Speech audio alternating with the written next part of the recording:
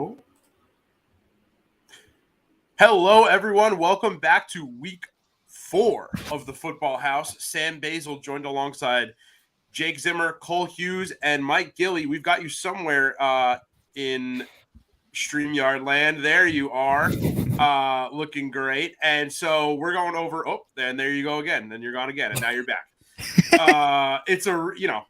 We're always testing out new formats here on the Football House. But in week 4, we've got a really great card for you guys. A huge top 10 matchup for the game of the week in Notre Dame versus Ohio State. But first, I want to talk about last week, because on last week's episode of the Football House, heading into week 3, I feel like we were all not necessarily down, but not super pumped for the card that was ready for last Saturday. Not a lot of inter-top 25 matchups, a lot of far point differentials in the spread. But that being said, it turned out to be a pretty fun and exciting week. There were a couple upsets. Obviously, Kansas State getting taken down by that last-second field goal to Mizzou. Florida, once again, establishing their dominance over Tennessee. The Volunteers just can't get over that hump.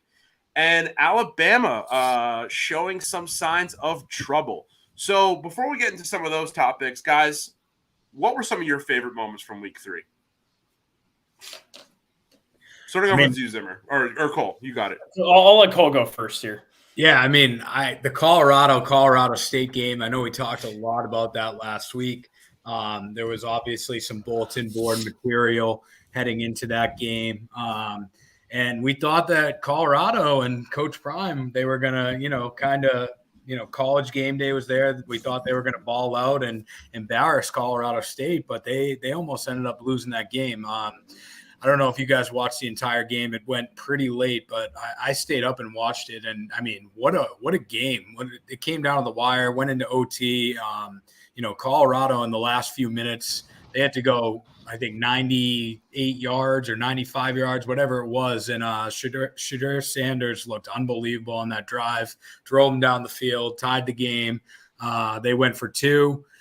They got it, and then they ended up winning an OT. So it was a really exciting game and kind of surprising overall. We did not expect that game to go that way, but, that's what makes college football so great. And, it was a great rivalry game. Yeah, talk about not having things go your way. I think I won 3 of the 8 picks I had last week, so that wasn't fun. Bad beats. Texas minus 29 over Wyoming. Boo. Kansas State money line over Missouri. Boo. That was another big win. How about Mizzou, man? Over K-State on their home turf. That's pretty cool. I had Colorado, as a lot of you guys did, minus 23 over Colorado State. I had Georgetown over Stonehill in D.C., and Stonehill beats the Georgetown Hoyas. I'm stunned. I have no words. I have absolutely no words. And then Tennessee with the stinker against Florida. That was a really tough beat as well, too. So we're going to try another page out of the Mike Gilligan book here, Volume Shooter. I got a lot of picks this week to hopefully climb back up. I'm starting to be less aggressive. I'm starting to not take these egregious spreads. So we're going to see what happens. When in doubt, bet the board. No, I'm just kidding. Another bad beat that I had, I think I had on my card that I didn't hear you mention that one, was Boston College almost taking it to Florida State at home. I know we were kind of down on them last week. I know I was, because they only beat Holy Cross the week before by 3. Yeah. So that was a really tough watch. Something about Colorado versus Colorado State that I thought was really interesting. I feel like one reason why Colorado State hung around for so long, even though this was something that they struggled with as well throughout the game, was penalties.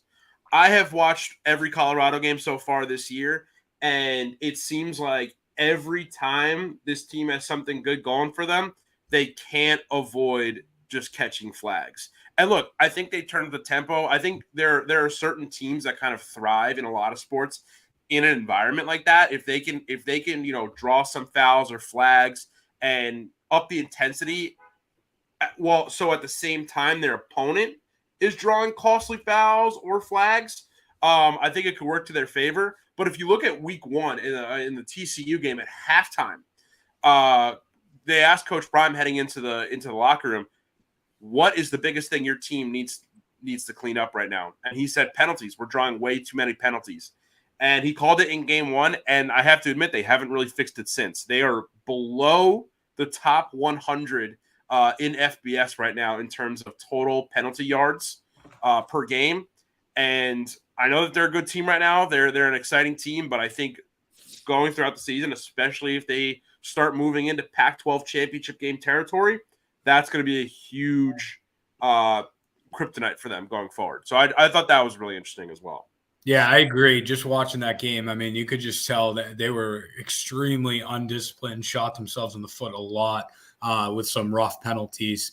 Another note from that game that I wanted to bring up tonight, for both Colorado State and Colorado, both their tight ends, those guys are going to be NFL playing on Sundays. Just watching that game, you had Michael Harrison for Colorado and Coach Prime with the Buffs, and then Dallin Holker, Colorado State. Both those guys made some hell of unbelievable grabs. And just the way they were performing, and they down the stretch they were going to them, each team in big moments. I think both those guys we're going to see playing on Sunday eventually. So that was something I wanted to point out as well. Yeah, absolutely. Let's take a look at, before we get into some other moving into this week, let's break down, where the Football House kind of stands in terms of our picks so far this year. Obviously, we got Tondo. He's kind of been the big dog up on top, with Gracie Marks, right behind him at 12-7. Cole, you kind of fallen a little bit down to 4th. Gilly, you're looking good at 3rd. And I think right now for me and Jake, the goal right now is to just kind of keep our heads above water, which, Jake, I'm sorry, you're kind of floundering a little bit there. But again, I think I said this last week too. It's kind of back to square one. There's still plenty of football left to kind of get back into a winning spirit. So let's also break down our top 25, our most recent Football House top 25. Not a lot of movement upwards. If you look at the blog post that I put up on houseenterprise.com/the blog on this Sunday, every team that moved up did not move up more than 3 or 4 spaces. But the 2 big fallers in this poll are Tennessee and Kansas State. They both fell around 7 or 8 spots. Obviously, that was due to their big losses against Mizzou and Florida, respectively. But guys, one thing I really feel like we're seeing right now, if you look at teams 4 through, I'm going to say honestly 4 through 9, this last college football playoff spot is really up for grabs. And if you compare it to stuff like the AP poll and the coaches poll, Ohio State in the AP poll is at 6 right now. So there's a lot of movement in this poll. Nothing has been decided yet. What are your initial thoughts looking at this post week 3 top 25? Yeah, I mean, I like where we're at right now. I think, like you said, there hasn't been too much movement as of last week for teams that won or kept winning, right? But, this week we kind of have a stacked slate of games, which, I imagine we'll get into with our picks later on in the show. But, you have Florida State playing Clemson. They're at 5. You have Notre Dame playing Ohio State. They're both in the top 10. So, I expect after this week, we're going to see a lot more movement. Yeah, absolutely. And I think let's get into games that could produce some of that movement right now. Let's start off with the man who's at the top of our standings.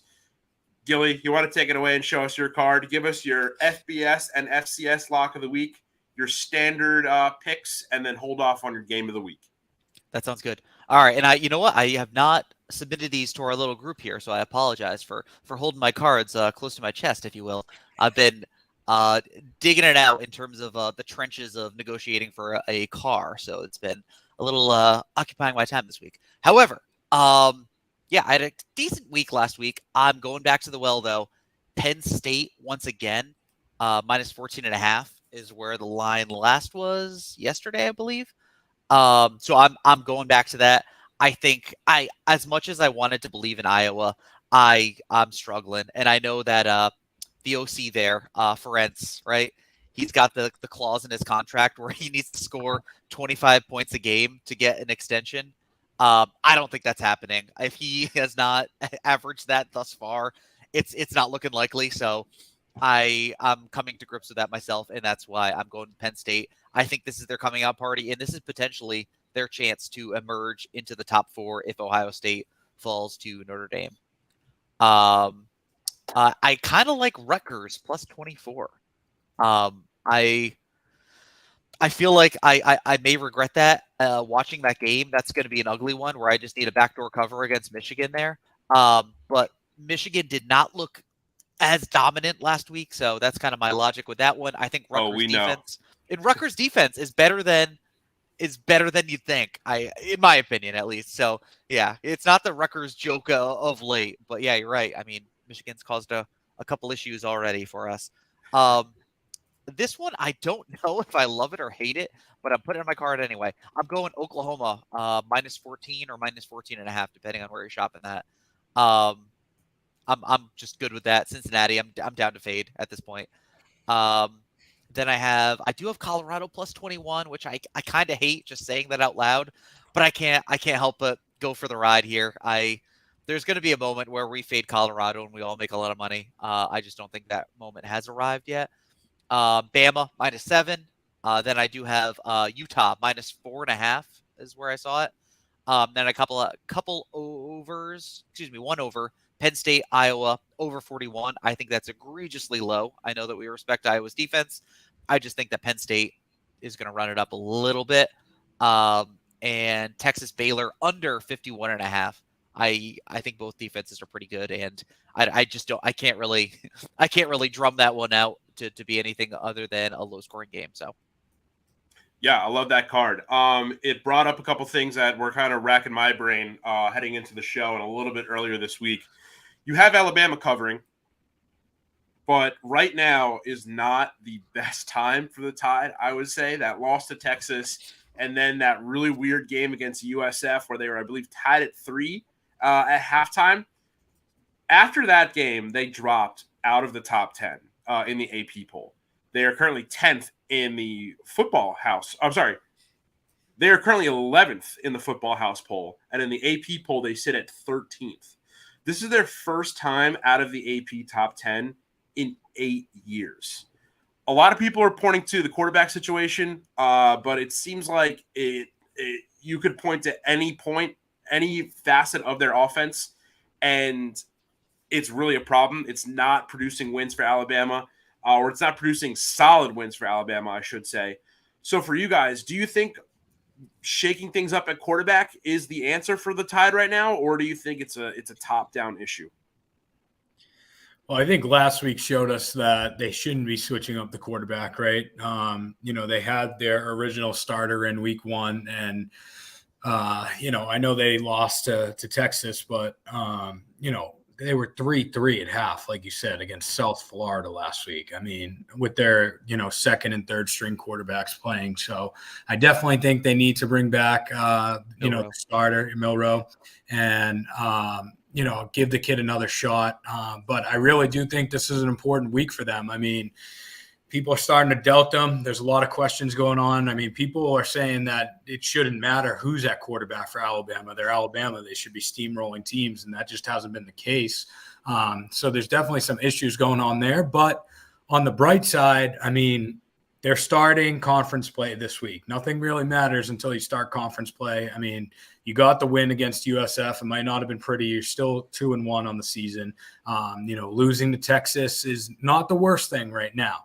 But, they're going into conference play this week, and, they're going to have to perform against these SEC teams. If they keep playing the way that they have been, we all know the SEC is way too, competitive and, way too top tier for them to survive, like they've been playing. So I think this week will be a good test. Hopefully they bounce back, and they really got to, get going.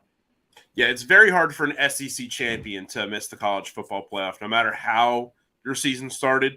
So are you saying it's definitely not too late for Alabama to turn this one around? Yeah, I think heading into this week right now, their hopes are still alive, as good as anyone, right? I mean, it really depends on what happens with them in the SEC this year. I mean, if they go to the SEC championship game and at the end of the year, they're in the discussion and, they're SEC champs, they're going to have to be in the discussion, right? But I think, if they come out and they lose this week, that could be, detrimental to them. Absolutely. And Cole, you're up next. You're fourth in our Football House pick standings. So could you break down your card and see how ways that you'd want to kind of move back into the top three here? Yeah, so I don't really feel too great after last week going 3-5. It was a really tough week. So this week, like I said, a lot of great games on the slate, but some of them are tough. I'm taking some chances, but hopefully we can get back, way above 500. So my first pick, I have Auburn 7.5 against Texas A&M. I don't know. I've never really been a big fan of A&M. I think they're frauds. I've said this many times on the show. I'm not impressed by, Jimbo or what they're doing there. I mean, they are 2-1, but their 2 wins are against, no name teams. So, that doesn't really show me anything. They lost to, a pretty good Miami team, but they probably should have beat Miami. So, Auburn, their defense looks really good. They haven't let up more than 14 points in any of their 3 games this year. So I'm going to take Auburn plus 7.5, keep it close against A&M. That'll be my first pick. I'm going to hop with Gilly and stay on the Colorado train. Prime time plus 21 against Oregon. I know last week it was kind of a weird week and, they didn't really come out and play too well, but I still think that they can play with Oregon. I don't necessarily think that they're going to beat them, although I think they could. But I think they'll keep it close. I mean, 21 points is a lot of points. With their offense, even without Travis Hunter being in, I still think that they're, an electric offense that can move the ball and score points. I was actually reading something today. They are perfect in the red zone right now, 100%. They've been there 13 times this season. They have 8 touchdowns and have scored 5 field goals. So, I mean, I think the big thing, right, is continue that, but try to, get 6 points on the board rather than 3. That's going to be important against Oregon because we all know that they can score a lot of points as well. So I'll take Colorado there. I'm going to take Maryland -7 over Michigan State. Really like what Maryland's been doing. They've been kind of sneaky this year, kind of under the radar, but, they've been playing really well. And I think, Michigan State obviously has a lot of issues going on right now with their program, Coach Mel Tucker, that whole scandal that's going on. So I think there's a lot of distractions there. So I like Maryland to beat Michigan State this week by at least 7. They've been scoring, roughly 40 points a game. So I think that'll continue. They'll put up a lot of points and hopefully they can get a dub there. I'm going to take UNC, North Carolina Tar Heels, -7.5 over Pitt.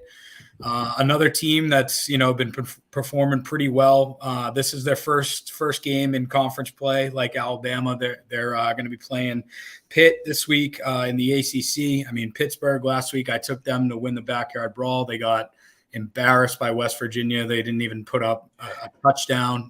Couldn't move the ball at all. So, I mean, if West Virginia's beating Pitt, I'm going to take the Tar Heels to beat them as well. So I'll take them. And then I got Notre Dame and Ohio State. I know a lot of you guys are probably picking that as your game of the week. I actually decided to pick another game for my game of the week. But I'm going to roll with Notre Dame, stay loyal to them. They're at home and they're the dogs. I think they're going to beat Ohio State, hopefully move up into the top 4. I would love that, and keep rolling under Sam Hartman. So I'll take the Fighting Irish. And then my final pick, FCS lock of the week, is going to be Fordham over Stonehill. I know Stonehill beat Georgetown last week. That was a fluke. They're not getting past Fordham this week. So you better Fordham hope not. Stonehill's playing with a chip on their shoulder right now. We're like, oh, Zimmer picked us to lose. We're never going to lose again. And Fordham obviously coming off that win against Buffalo. I mean, it's they took a break in between. So people always there's always so many conflicting philosophies on, in both college and the NFL on how to bet on a team after a bye. but no doubt spirits are high over at Fordham. Yeah, I really like that card. Maryland, I think, is a good pick. And I know we talked about Rutgers earlier on in the night. Rutgers and Maryland, I feel like, have really been trying to, I mean, more so Maryland right now, but I feel like Rutgers this year has some momentum. I feel like they've struggled since they've joined the Big Ten to kind of really make a splash on the football side of things.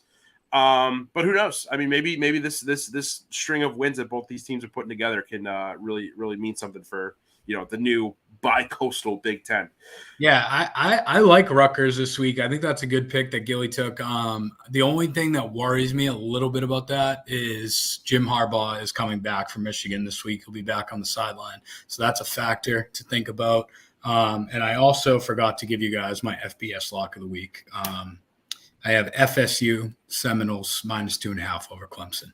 I think they bounced back. They had a little rough patch last week against Boston College, kind of snuck away with one. But I mean, 2.5 is not that much. I think Florida State is a way better team than Clemson this year. So I like them to go to Death Valley and get that win. I like that. Me too. Last week was a wake-up call. Yeah. Hey, and you know what? A wake-up call that comes with a win is pretty good. So, Jake, what you got for us? Okay, I share. Luckily, if I go down, you fuckers are all going down with me because there's a lot of synergies in here. I really like Florida State. I'm keeping my bets simple. Money lines, you will see a lot on this card this week, and if anyone has a problem, at me. Florida State money line over Clemson. I really like what Florida State's been putting together. Boston College gave them a run last week, yes. I do think FSU, I think that was a fluke. I think FSU has the stones to go the distance here, and they could very well be playing for a college football playoff. Oklahoma against Cincinnati. This was interesting. I'm taking Oklahoma. Cincinnati, just a couple of facts at you. Cincinnati, this is, I believe, is it their first Big 12 game? I think it is. Yes, it is. It's their first ever Big 12 football game.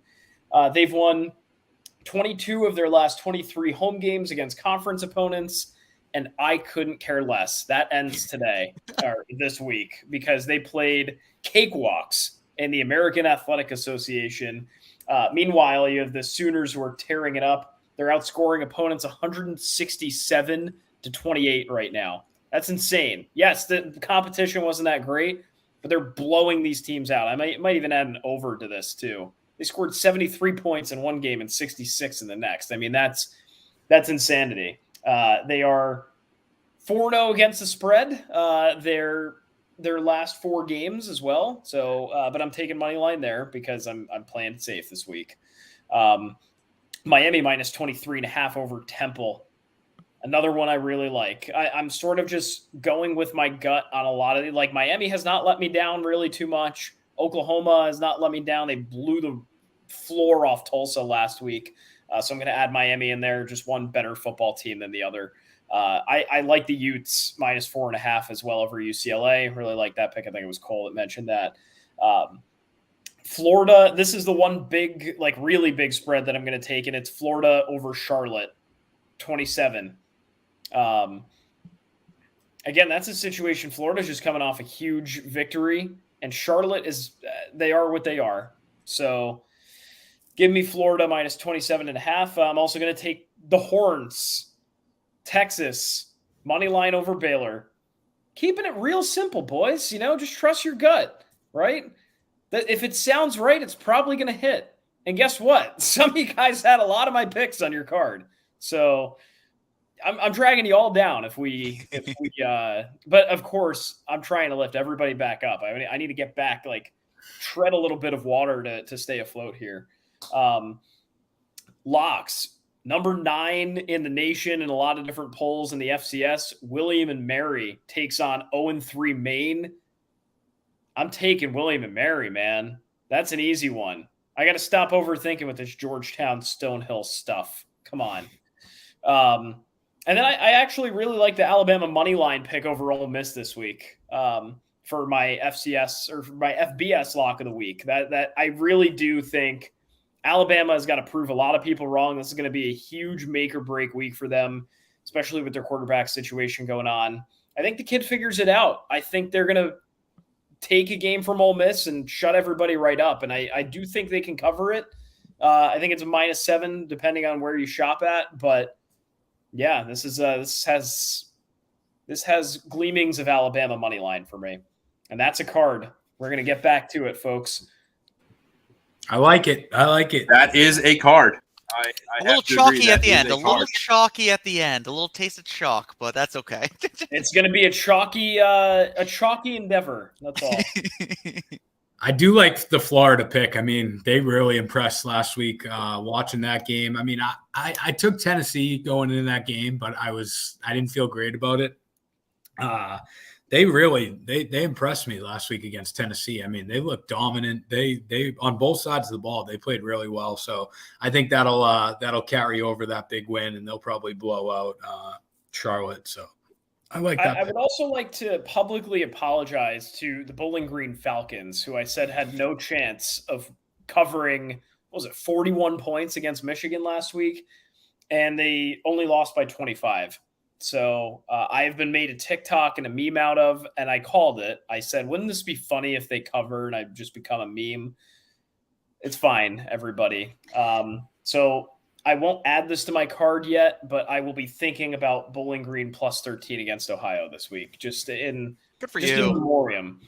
So.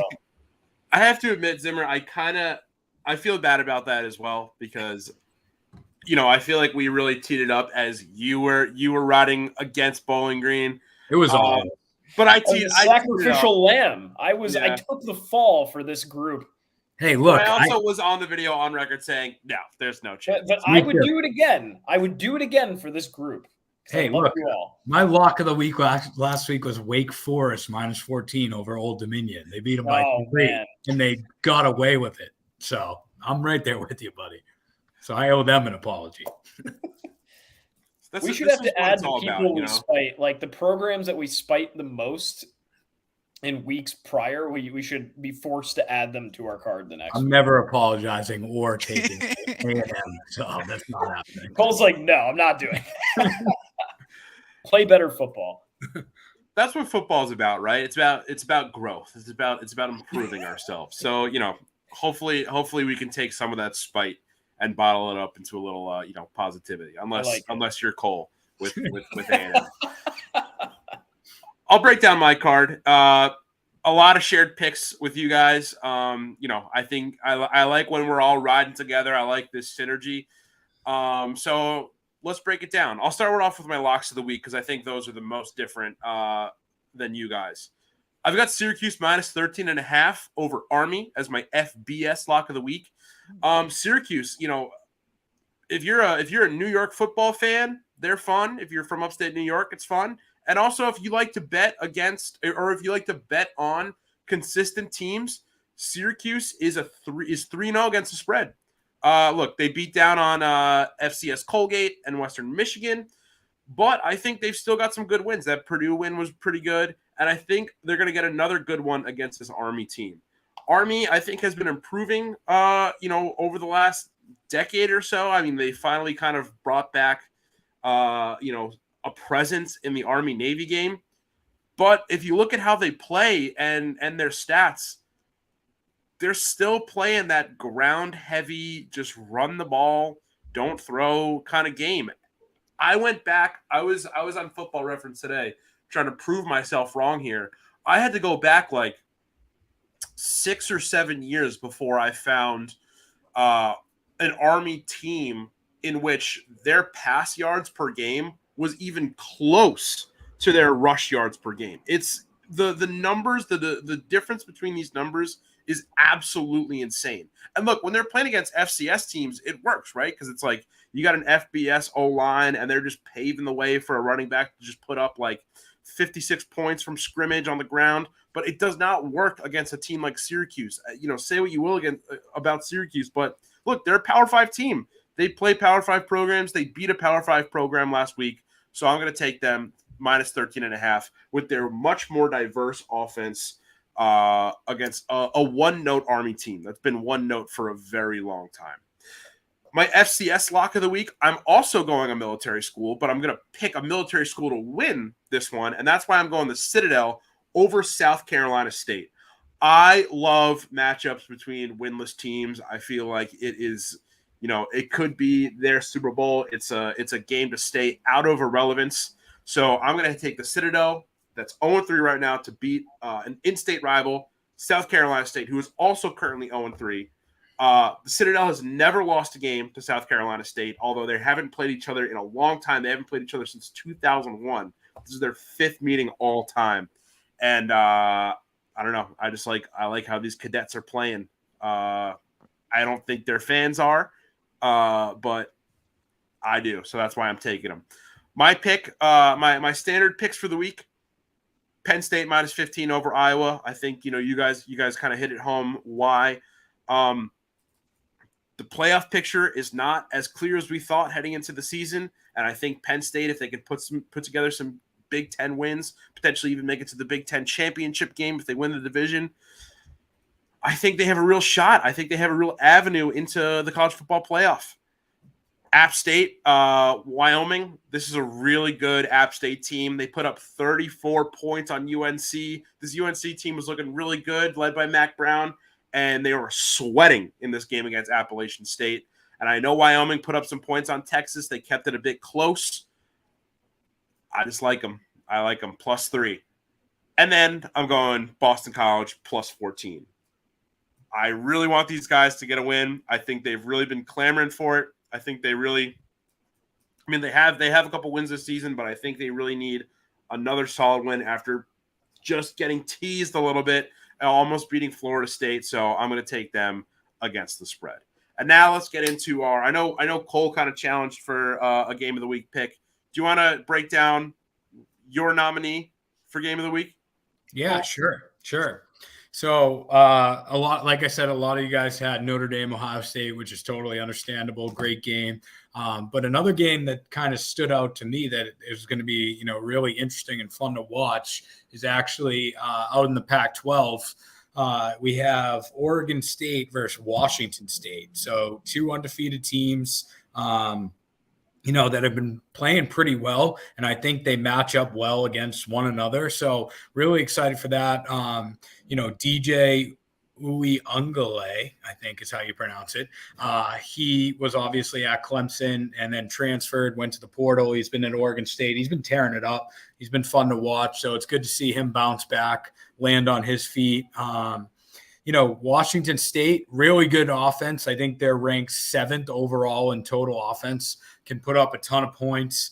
But Oregon State, their defense looks really good too. So, I think they have the 5th ranked rushing defense in the country, not letting up a lot of ground yards. So, 2 teams that match up pretty well. Pac-12 game.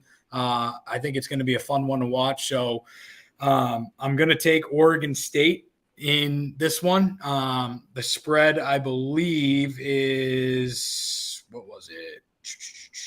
Oh, I'm just taking money line, so forget the spread. I think the spread is pretty low, though, but I'm going to just take the Beavers to win that game against Washington State. So that's what I got for my game of the week. I like that. And for reference, it's Washington State is the home team, but they are home dogs. They're 3-point home dogs to Oregon State.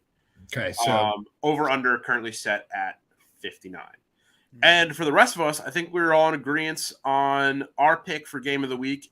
It's as classic of a game of the week as you can get. It's Notre Dame versus Ohio State in South Bend. Notre Dame home dogs this week, really interesting. I think that line is a little testy. I think people are going to be hammering Notre Dame a little bit here, but I want to know what you guys think. Gilly, do you think it's fair that Notre Dame are home dogs, or do you think they're gonna challenge and they're potentially going to win versus Ohio State? Yeah, that's a great question. I do think it is fair, but at the same time, I don't know. I don't know if I could Ohio State minus 1.5. Would that be? I just don't know if that's. You don't see that line often in college football, right? I feel like that's an NFL line, but not something that's super duper common in college football. But you're right, and I feel like Notre Dame is going to be a little a little peeved by that, and probably cover in doing so. So I do have Notre Dame covering that. I'm probably just taking the money line, to be perfectly honest with you. Actually, I might change that to my card. Yeah, so that's my pick there. Although I do kind of like the over in this game as well. I'm kind of tempted to parlay those together there. I think the line that I saw was over 55.5. I think they're going to put up some numbers here. I think both offenses are ready to air it out. Yeah, so that's kind of my quick rundown of the game of the week there. Jake, how you feeling? Yeah, I'm sort of the same logic as Gilly here. I mean, look, Notre Dame, I've been impressed with them. Yeah, they haven't needed to have these incredible offensive performances so far. I mean, they've pretty much, I don't want to say, I don't have their schedule in front of me, but they haven't they haven't really had too many struggles, I think, to this point this year. Like anything, they weren't in jeopardy of really losing at any point. Look, I think the offensive line is really good. And when you look at a team like Ohio State, who historically has had these really good defenses and these really good front fours and really good linebackers and good secondaries too. To me, I think this is more like where do I, because the Ohio State offense versus the Notre Dame defense is sort of a toss-up, right? For me, I think the Notre Dame offense has the edge this year over the Ohio State defense. So that's sort of telling me to go in that direction. I'm going to take the over. I think I saw 55.5 at some point as well. I don't know. This has the makings of a high-scoring game for me. So I'm leaning towards Notre Dame covering. I really don't know who wins, right? I want to say Notre Dame comes out with a win, but they're certainly going to get a +3.5 cover for me. Yeah, I'm in agreement with you there. I'm going to take Notre Dame +3. I don't know if I'm ready to take the money line, but I think I'm going to have to root for them a little bit. Cole, I don't know if you agree with me here. I mean, I'm not a Notre Dame football fan, but I've always felt like I follow them pretty closely. I feel like being from Long Island, people on Long Island kind of go hard for Notre Dame a little bit. I don't know. I don't really know what the correlation is there, but I think when you look at how Marcus Freeman has taken over this team, right? I think, he came into it due to a weird situation with Coach Kelly leaving. I think he's kind of had his back against the wall a little bit. And I think the fan base is kind of behind him at this point. But a win using, the excellent defensive backfield that he's crafted in his short tenure so far at Notre Dame would be fantastic. And I think it would be a career-defining moment for Marcus Freeman. So I think I'm going to have to go with the Irish here. As a Notre Dame fan yourself, what would a win against Ohio State right now with this Notre Dame team against this Ohio State team mean for Freeman's legacy with the Irish? Yeah, I mean, I think it would be huge. I mean, I think, like you said, he's come in. When he first came in, it was kind of a weird situation. But I think since he's been there, I mean, he's performed very well. And I think that he has rejuvenated like the fan base there almost. As a Notre Dame fan, it's like every year we have these super high expectations and it seems like they never meet them. I think this year people are actually thinking like that they might meet those expectations. They could actually be in the discussion at the end of the year and make a run, right? It seems as though like every time Notre Dame has had a good year, at the end, they get completely embarrassed by one of the big teams, right? And I just always think back to the national championship game against Alabama when they got smoked. But even there's even other instances of that. But I think this year, I think this team is legit. And I think having Sam Hartman come in, I mean, he's NFL talent quarterback. He's been playing unbelievable. Like you said, the defensive backfield is unbelievable. The defensive side of the ball, they're very talented. So, I think if they win Saturday against the Buckeyes, which is a very talented team as well, I think that's huge for this program. And I think, really big for his legacy. And then it's just going to be, how far can we go? And hopefully they don't run out of steam at the end of the year like they have in the past. But I really do think this year's different and, they have a shot. So I like the way that they're built and, we'll see if they can run the table. Yeah, it's gonna be a very interesting matchup. That does it for our cards. Is there anything else that you guys are looking at this week? I mean, I think there are a lot of, again, we're still kind of at that point where there's some 20-point spreads, but I feel like a lot of them right now at this point are kind of trap games. If you guys, would agree. I mean, I feel like Kentucky Vanderbilt 13.5-point spread is tough. Western Michigan Toledo Toledo at -21. There's a lot of games here that I wouldn't want to touch. So as a couple of guys that are especially me and Zim that are trying to just beef up their record a little bit. Do you feel like at this point in the season you might want to start playing it cautious, or you want to just throw everything to the wall and see what sticks here, Zimmer? Well, I mixed in a few. I think my take on playing it cautious is let's start betting the money lines, right? Like on these closer, I don't need to be betting, the -3s and -4s of the world when it's a toss up, but I think the other team's going to win, right? So let's sprinkle a little bit on the money line here. You mean you don't want to take Georgia money line over UAB this week? Oh man, I was thinking about UConn money line over Duke too. No, I can't. There's no way. I was gonna say, I what was about gonna UConn say- covering against Duke? I wasn't sure if you were gonna be 21 points. That's a lot of points. It is a lot of points, but UConn's really bad. So Okay, that's fair. everybody loves UConn, but UConn really stinks. So Jim Mora missed his window to get out of there, I think, already. That's a game we didn't discuss, man. Duke going to UConn. How is that a home game for UConn, too? That's crazy. That's insane. My logic, though, Basil, to answer your question is let's volume shoot like Gilly's doing here. Let's see what happens, and something's going to go my way, hopefully. It's got to, right? It's got to. I had a good week, too. I can have a good week 4. Maybe it's just the even weeks. Maybe I'm like the San Francisco Giants of this show. Exactly. Well, I think that's going to wrap it up for this week of the Football House. Make sure you follow us on Twitter at House Enterprise. And make sure you follow us. Check us out every day on the blog. We're posting up great stuff, college football stuff, college basketball season starting up soon. So we got some great stuff coming out for you guys on house-enterprise/the blog. Check back here every Wednesday or Thursday for the Football House. And until then, we'll see you guys next time.